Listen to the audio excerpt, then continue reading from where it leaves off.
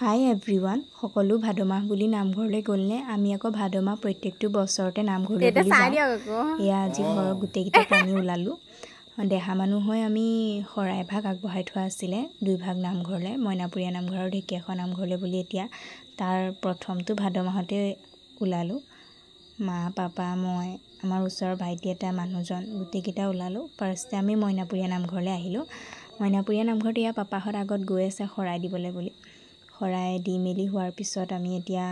নামঘৰৰ ভিতৰলৈ সোমাই গ'লোঁ এয়া চাকি দিবলৈ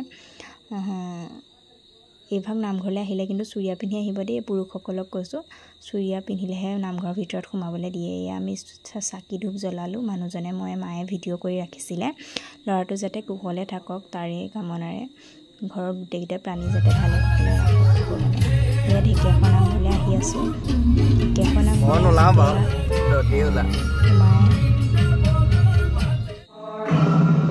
ফাৰ্ষ্টে আমি পাপাই মই শৰাই দিবলৈ বুলি সোমালোঁ কিন্তু মায়ে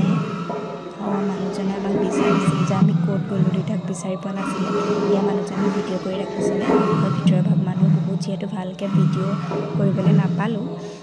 তেনেকৈয়ে আপলোড কৰিছোঁ